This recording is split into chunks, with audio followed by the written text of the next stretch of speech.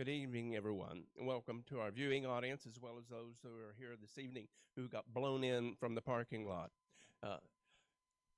My name is Robert Ritchell, and I am the chairperson of the election committee.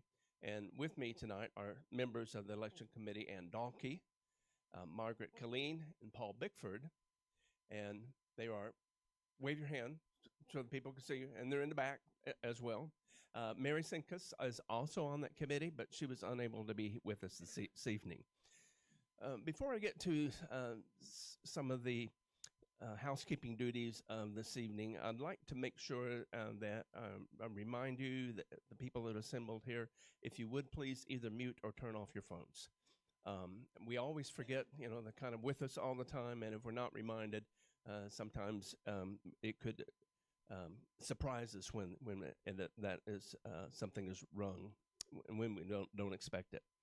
Let me give you a little bit of information about what the procedures. There will be 8 questions we'll be asking each of these candidates this evening, but before we ask, the questions were assembled by the members of the election committee.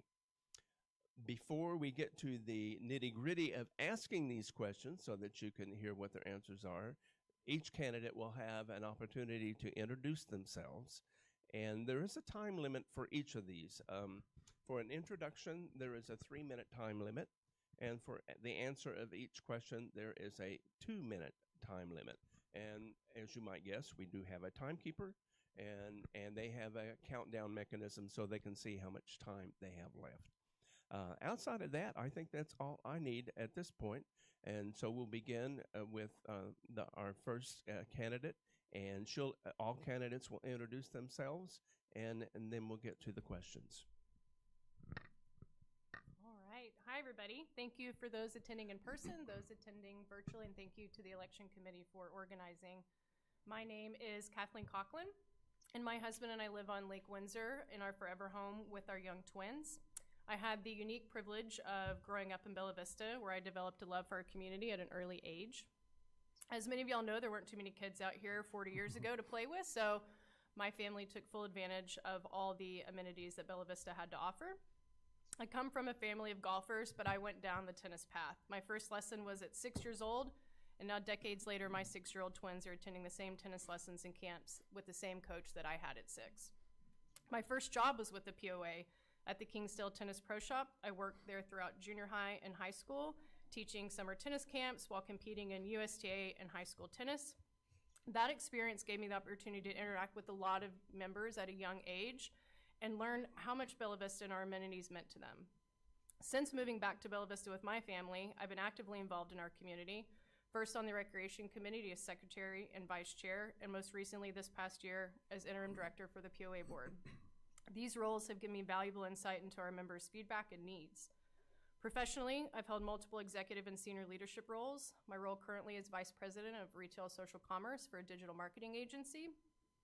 I have years of experience managing and growing teams, overseeing large budgets, and guiding organizations through change.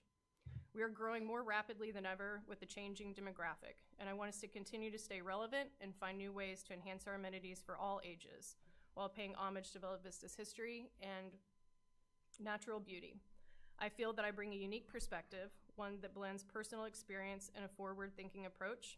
I'm passionate about ensuring Bella Vista continues to thrive, not just for those who have lived here for decades, but for future generations to come. Thank you. Hello, everybody. I'm Jason Lloyd. My family moved here, and I grew up ever since 1980.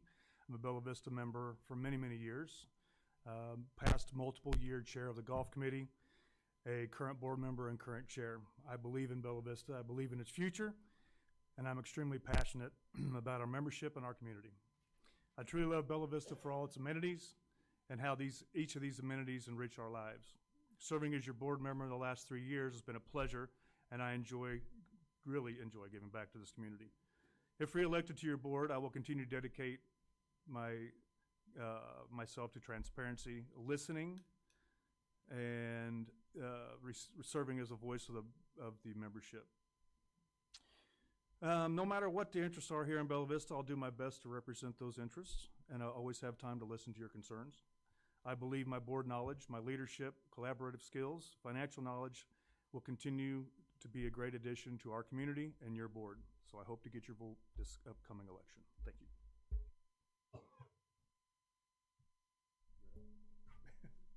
Hi, everybody. My name is Bob Brooks.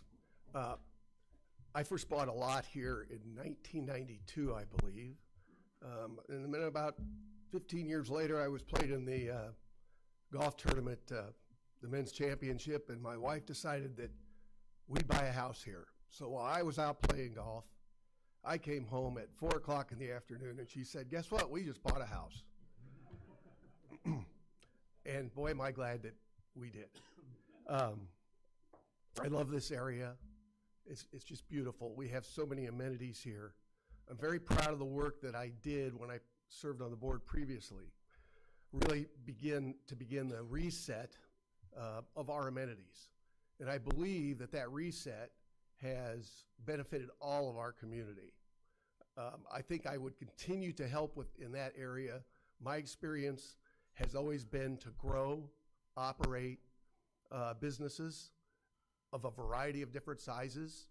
I'm very well versed in finance, and I believe that the talents that I have in building businesses, working collaboratively with our members, will be a benefit for all of us. One thing that I ask all members to think about is that the investment that you make on a monthly basis through your assessment, and then when you go to use an amenity, whether it's a restaurant, the rifle range, the health centers, the swimming pools, you should expect that your experience is either equal to or greater than that investment that you make. And I think it's incumbent upon the board to endeavor to hold our management team to provide that to all of us as members. So I'm going to ask for your vote, and I will work hard to represent you. Thank you. Hi, I'm Jerry Barron. I've been coming to Bella Vista for over 30 years. I've got to see it when it was a village and as it grew. And the one thing I can definitely say is that change is always around the corner. And I've always wanted to be part of that change. But let me tell you a little bit about myself. First of all, just to save myself, I'm married to a beautiful woman. And she's a hard worker and pushes me right through and pulls me through every little issue that we've ever could think of. But when I got out of college, I started my working career in the petrochemical industry on the Gulf Coast. And I kind of worked my way up. I started as an operator, and I worked my way into the safety. And I was going to school at night and working, and then I continued on to finally I went to a major university and got my bachelor's degree. And right then I found out that the value of a degree. I was elected to be the specialist for the research division of our American laboratories for our petrochemical company. And I found that it was very enjoyable. I served on many corporate committees, but it was stress, a lot of stress. And so I look forward to my time coming up here to Bella Vista. And we finally bought us a lot in 2012. And it was probably the best thing we ever did because I found my piece of heaven. And I don't want to see my piece of heaven really change a whole lot. I'd like to keep the same ambience that's here, but change is coming. And I've always wanted to be a part of all of that. And so I found that success through life is, one, stay active and stay involved. And I would love your vote as we move forward into the changes that are coming at us. The trails were something new that's been added in the last 5, 6 years that have really gotten big, and it's even getting bigger. So a lot of young people are moving here, and those amenities need to keep up with those people as well as those that are here. So again, I'd love your vote, and I appreciate it, and I would be serving my 3rd term. Thank you all. Our first question goes to Ms. Conklin. What do you believe are the main responsibilities of a POA board member?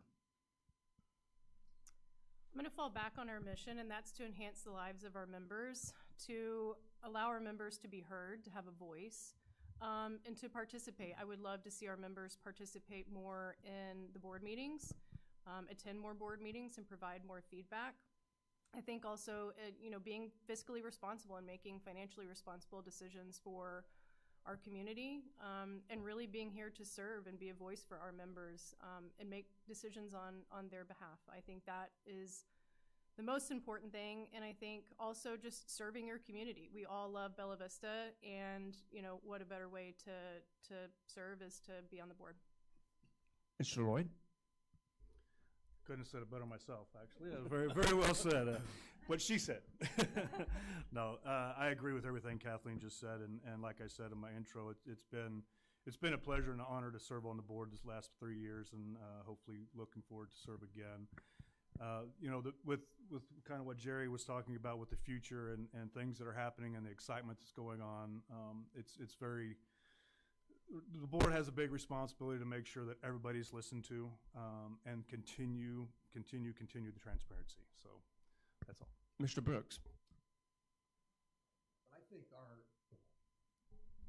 I think the board's primary responsibility is to listen to the membership and then work with the membership and with our leadership team to provide an environment that makes you want to come back.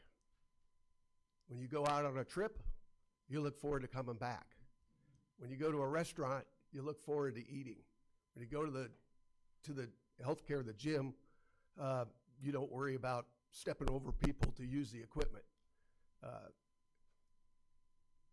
It's important for us to continue to look at what it's going to take to serve you and to expand what we have so that we can do that in a safe manner. And I think that working along with management doesn't necessarily mean following everything they say. It's really up to the board to set the direction, and that direction comes from you, the members. Mr. Barron? Yeah, I can agree with all three of my fellow candidates that are running. There's several, well, I say several. There's some areas that are need to focus on: transparency, financial responsibility, and the ambience of listening to the people that are members is important, but it all comes down to what you do as a team on the board. And I think that's the cohesiveness of the board. We learn to work with each other for the benefit of our community. And our community is wonderful. It's something that I plan to die here, actually. It's just that part of my heart. So if keeping those things in mind, that's why we serve. Our second question will begin with Mr. Lloyd. Blue Crane has made a substantial investment in Bella Vista and published planned substantive changes. Do you foresee possible major challenges to the POA operations as these changes are implemented? That's a good one. Yeah, I think there's always opportunity for change. I don't think it's going to affect the POA, of course. But with Blue Crane being a private entity and some of the things that they're doing, I think it's only going to enhance what we have. As we talked about a second ago with the future's bright. And I feel like that they being Blue Crane is very interested in working very closely with the POA and its management and leadership. So I don't think there's always going to be challenges, but I don't think they're going to be challenges that we cannot overcome. Mr. Barron. Yes, Blue Crane, in my mind, is a younger version of Cooper. I mean, basically, they have the same authority and the same plans. Well, Cooper had a lot of plans for development on the north side, or the northwest side, And I don't know if Blue Crane is going to continue to do that, but by bringing in the training center for the mountain bikes, that's a big step. This community will be able to work with Blue Crane in a nutshell without any issue, I don't think. There'll be we're 3 parts of a stool. That's where I'm going to go with it. You got your ACC, you got the POA, and you got the city. And Blue Crane is basically going to be the ACC in my mind. So that's where we're at. Ms. Conklin? Yes, I definitely think it will affect and cause challenges with the POA, but as long as we continue to work closely with Blue Crane and remain transparent with our membership. One concern in particular is Blowing Springs. That was my rec amenity, and as you know, it's a bit tight back there, and with a lot of the traffic that we're going to see right across the highway, I have concerns about overflow within Blowing Springs. But all that to say, I think the growth and everything that Blue Crane is doing is great and investing in our community, and I'm excited to see the outcome of it and what they continue to do and the revenue that they continue to help bring to our amenities. Mr. Brooks? I think the most important thing for our board to work with Blue Crane is to make sure that Blue Crane listens to you.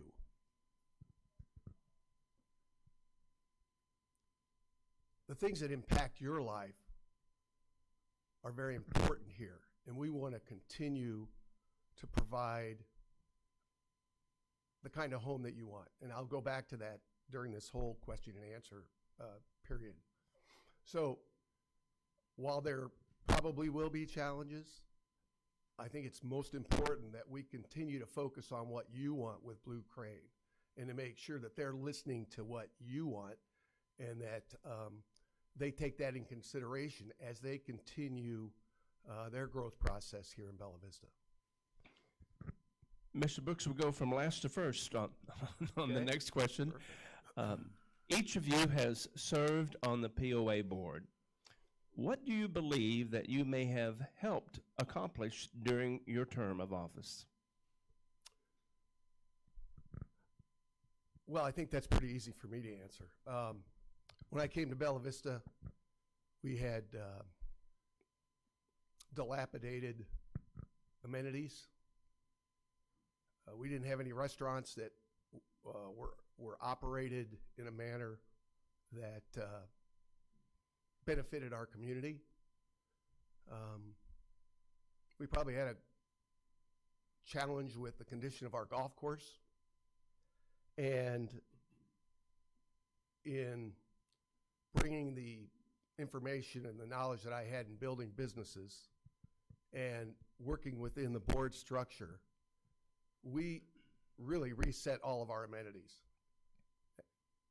We rebuilt, we started restaurants, and we rebuilt in a way that could make you proud. And I think in a way that allowed you to want to use the amenities more.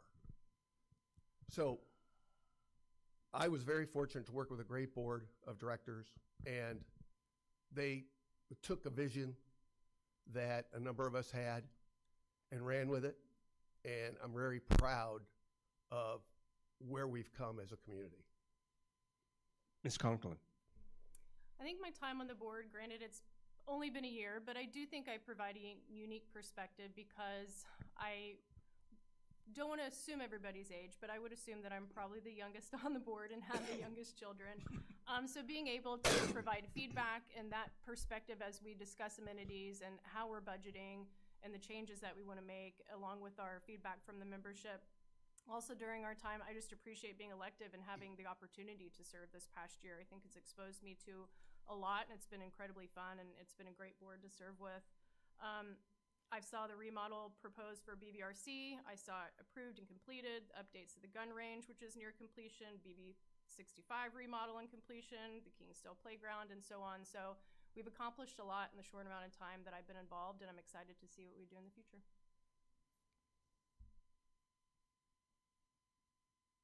Mr. Barron? Yeah, since I've served on the board, the most important thing to me was handling of the Trafalgar fire issue. and the cleanup of that, where the state was wanting to come in and spend millions of dollars, we were able to do it in a reasonable cost that we could afford. As we leave that, that's one of the important things, but I think what I've been instrumental in is working as a team member with the other board members to thoroughly discuss every issue, every money issue, and every new construction that's coming up so that we know exactly what we're getting. And I try to think along the path of, is it being handled like I handle my own budgets? I mean, we're expected to be able to finance ourselves and do the things we want to do. So you've got to have that responsibility, fiscal responsibility. I think I don't blurt out. I speak with a lot of passion when I speak, but I don't speak all the time until I've got something to say. And I think that sometimes is beneficial to bring up the questions that need to be asked to the committee members as we discuss the issues. So that's about it. Mr. Lloyd? I like Kathleen, you know, the upgrades we've done to some of the amenities, the restaurant she spoke of, the gun range, Tanyard Creek that's soon to be open, has been a pleasure and a joy. And to Jerry's point, the financial piece of that is very important to us as well. Being the chair for the last year, it's been fun to really kind of, and hopefully my other teammates feel the same way, but to build more of a lot of a team and making sure the transparency, we continue to talk transparency when we're in the boardroom talking as a team, as your board of directors, and that's very important to, I know, everybody on the board. So that's something that I've enjoyed this past year of being able to continue to push that transparency piece. Mr. Barron, we're going to start with you on our fourth question. Okay. Membership dues are scheduled to be increased in 2026. How can the sales pitch to members be improved to help increase the probability that the increase will be approved? I think we should start small. I don't think we need to just jump out there, but in honesty, every one of us in our households have felt the pinch of finances, of the cost of issue, everything that's out there has gone up. Well, the POA has the same issue. Costs go up, but we've kept the price down. If we fiscally manage that, I would say that the cost should be reasonable and it should be shared with improved and unimproved to some extent. I haven't really made up my mind on what extent that is, but I think we need to be aware that it's going to be a hard blow to a lot of people, and we need to have that compassion too, and when we present it. But where else are you going to find the amenities that you have here anywhere else for less? It's just not going to happen. Mr. Brooks? Well, I wouldn't use the term sales pitch. I think, It was in quotation marks. okay, Okay. all right. Yeah. Okay. Sales pitch. You know, to Jerry's point, everything increases. And we've talked about this ad nauseum for the last 20 years here in Bella Vista. I think it's important that in order to gather support, you have to properly and functionally communicate what you're going to be providing for the members based on their input, based on what they want for improvements in their community. That's it. Mr. Lloyd? Yeah, to Jerry and Bob's point, I think it's the pitch, quote unquote sales pitch, is what's going on in the world with the increase of prices on everything, as we've all felt. To Bob's point, getting the membership to understand what they're getting for that and is very key. And to Jerry's point, 100%, you know, we're for what you get in our beautiful community for the price you pay is it's awesome, and we don't want to share it with too many people outside of our community. But so, you know, I think it's the inflationary piece, it costs more for cost of goods for our restaurants, costs more for cost of goods for fertilizer for the fairways, and the list goes on and on. So I think that's the key thing. And the other part of it is, if it doesn't, here's what happens to your fee, your golf green fee, your gym, whatever you do. We got to pick it up somehow. We got to pay for it somehow, just as a community. So there's a lot of different angles to go at, and looking forward to the challenge. Ms. Conklin? Unfortunately, it's just not possible to maintain our amenities and facilities and restaurants and community without these assessment fees. And like the other candidates mentioned, we are growing and we are at a pivotal point. I think our marketing team does a great job of providing the facts and being very clear. And I think to Jason's point, making it very easy to understand, if this does not happen, then what's the repercussions? And how can we afford to continue to maintain all of our amenities? I also agree that our fees are moderate compared to national averages. I also get feedback from members that are surprised at all the things that they get for the fees. So I think to Jason's point, I'm excited to navigate the challenge upcoming and hopefully come to a decision that everybody feels good about. Ms. Conklin, we come back to you as we round out the last of our 4 questions. How do you think POA funds should be prioritized? For example, we have maintenance, amenities, reserves, so forth. So I think first and foremost, we're here to serve our members. So listening to our members and our members' needs. We have an incredible POA staff that presents their budget recommendations, and they do a tremendous job managing our amenities and have valuable insight into what we need to accomplish. And so I really trust our staff that they're bringing the recommendations to our board that are a high priority. And making fiscally responsible decisions, I think, is incredibly important for us too. So I think those are the biggest things. Mr. Lloyd? Yeah, it's always difficult to prioritize things in business. You've got a couple different areas you have to look at. One of them, if you add water into the whole thing, there's maintenance on the water and how those funds are allocated to the water department compared to the maintenance department, to Kathleen's point, with keeping buildings looking nice and roofs not leaking, et cetera, et cetera.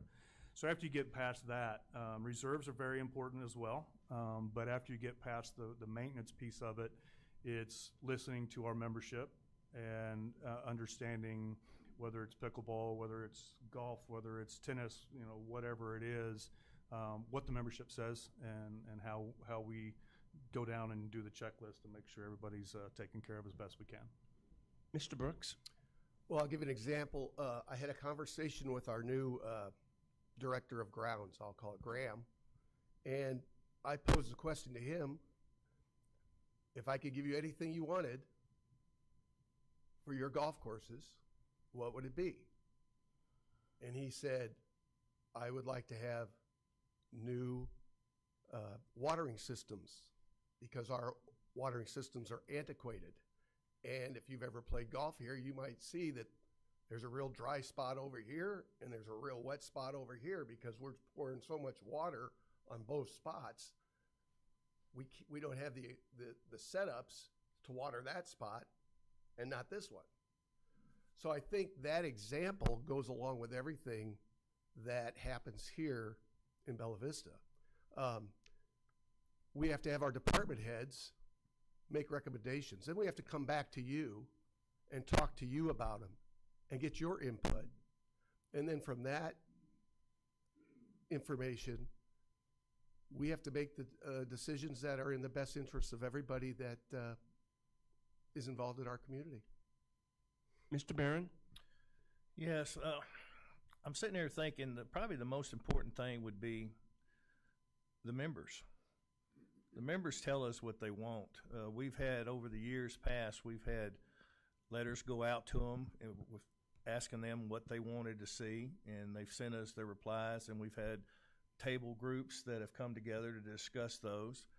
And once we decided on where we're going to put the money, or where we should think the money should go, we start looking at the managers that are running the different departments, and when they bring their budget to us, we do go over their budget. Sometimes we take away, and sometimes we add to them. And to try to get that goal of getting the amenities that the members want. Bear in mind, amenities are going to be changing. They won't change drastically, but as the younger generation comes in, I can't keep up with them on a bike trail. I mean, there's some changes that need to be done that can keep me up with them, but that you have to think individually, and through the discussion and the teamwork that we formed, I think that it's the way to go. Our next question, we begin with Mr. Lloyd. Sometimes we hear about dissatisfaction regarding how POA manages our large variety of services and amenities. Does the board have a role in deciding how amenities are managed? And if so, to what extent?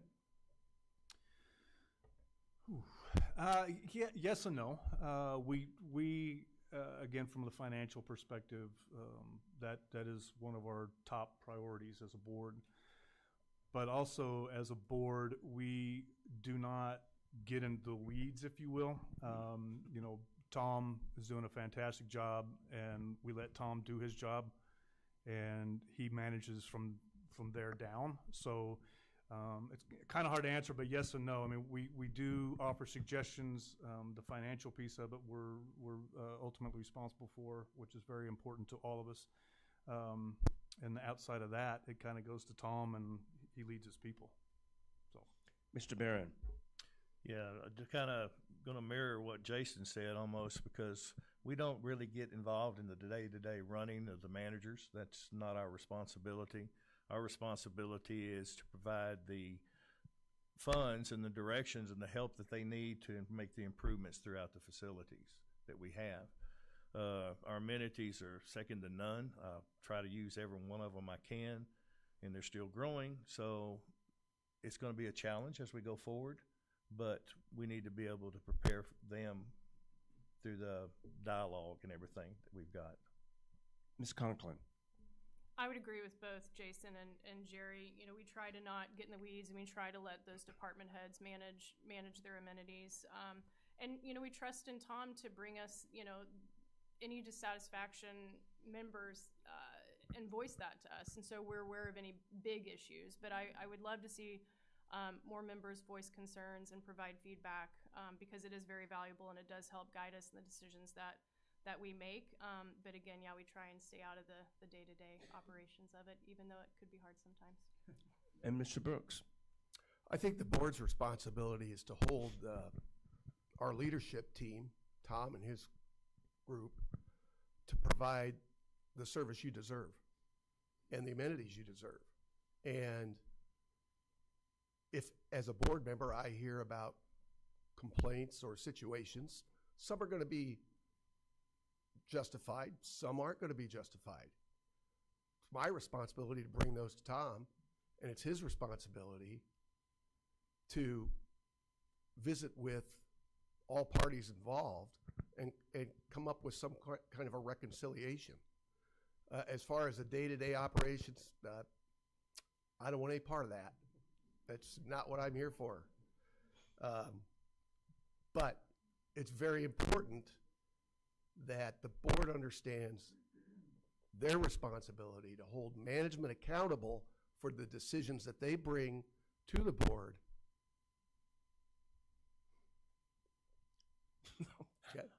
I was expecting a little bit more there, but well, I'm going to allow you to start on our next question. Okay. So you may continue. All right. How do you plan to communicate board decisions to the community effectively? Well, this has always been, I think, a challenge for the board to understand, because I know when we were on the board, we talked about communication quite a bit, and we're on TV today, or we're on webcasting today. We have 3 or 4 different publications that come out every week or every other week. We have committee meetings that are not only open to the public, but also online. So when you talk about communication, certainly you always want to look for avenues to improve it. But gosh, guys, we really, since Tom has gotten here, have really improved our communication. So, yeah, can we do better? Sure, we probably can do better. But I think we're doing a heck of a lot more than most organizations our size. So I'm really proud of that. And that was one of the things that we, when I was on the board previously, talked about a lot in our board meetings. So, Ms. Conklin. Prior to joining the board, I was really impressed with the transparency, and I think to Bob's point, they've done a great job of increasing that over the time with Tom here. And same with the marketing team. You know, we have the emails, we have meetings that you can attend, the financials are online, everything's recorded and broadcast. And so I think we have multiple channels and outlets where we are able to communicate with our members. And I just hope that they're taking advantage of those and really tuning in and paying attention to what's going on, because it is out there and it is public for everybody. And hopefully they're taking that information and making informed decisions and providing that feedback back to us. Mr. Barron? Yeah, I think we've done a good job of communication in a lot of areas. Can it improve? Yeah, it can. But it starts with the members one-on-one. If a member has a question and they call me, I'm more than willing to answer them. If I don't have an answer, I'll tell them. I'm being honest with them, and then I go find the answer and get back to them.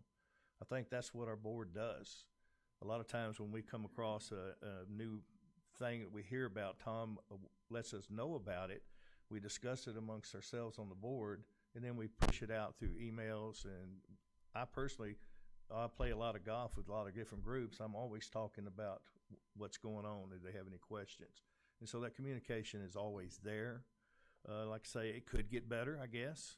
But if everybody's putting out the same message that we've got, and it's open transparency on it, then we've got the communication we need. Mr. Lloyd?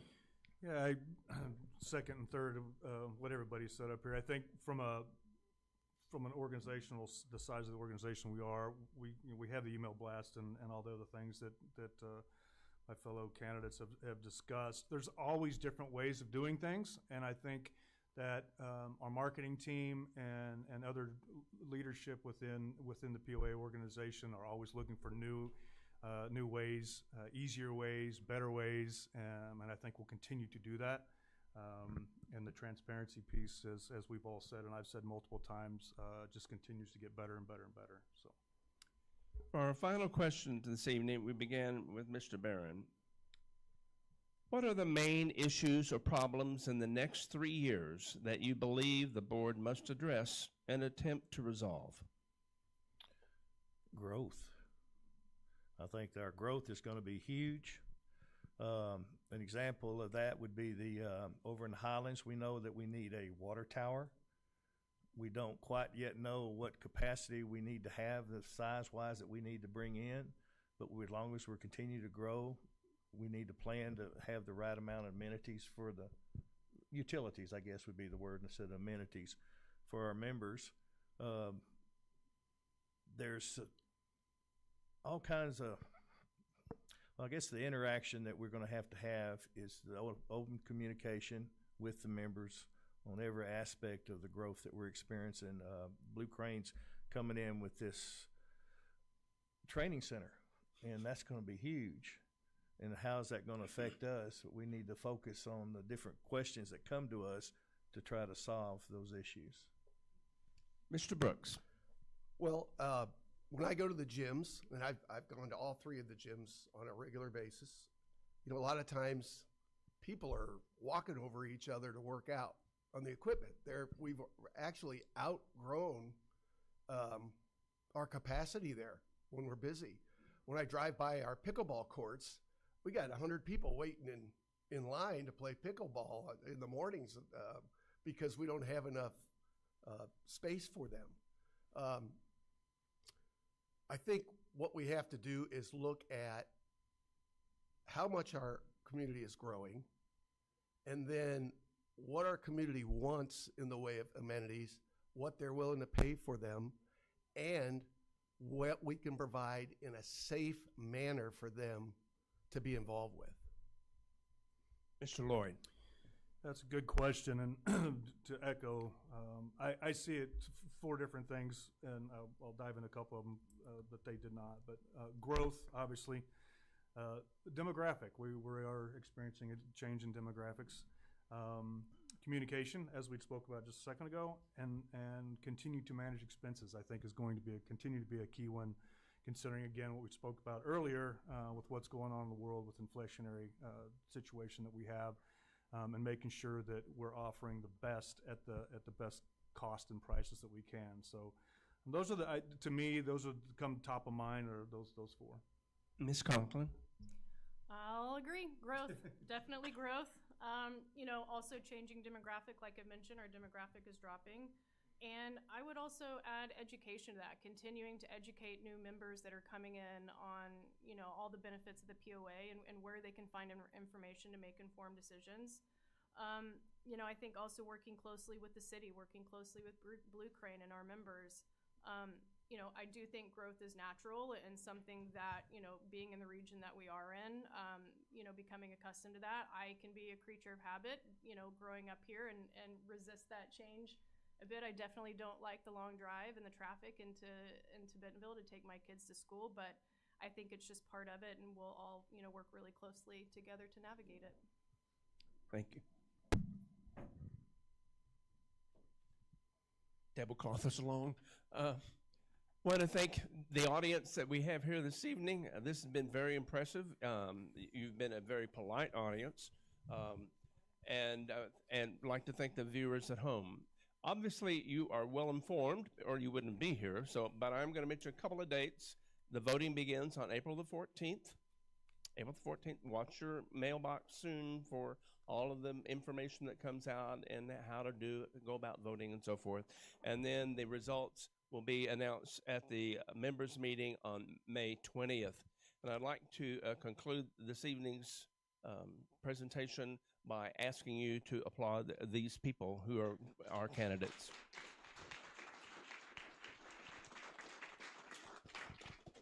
And now you can come up and cheer them. Thank you, everyone.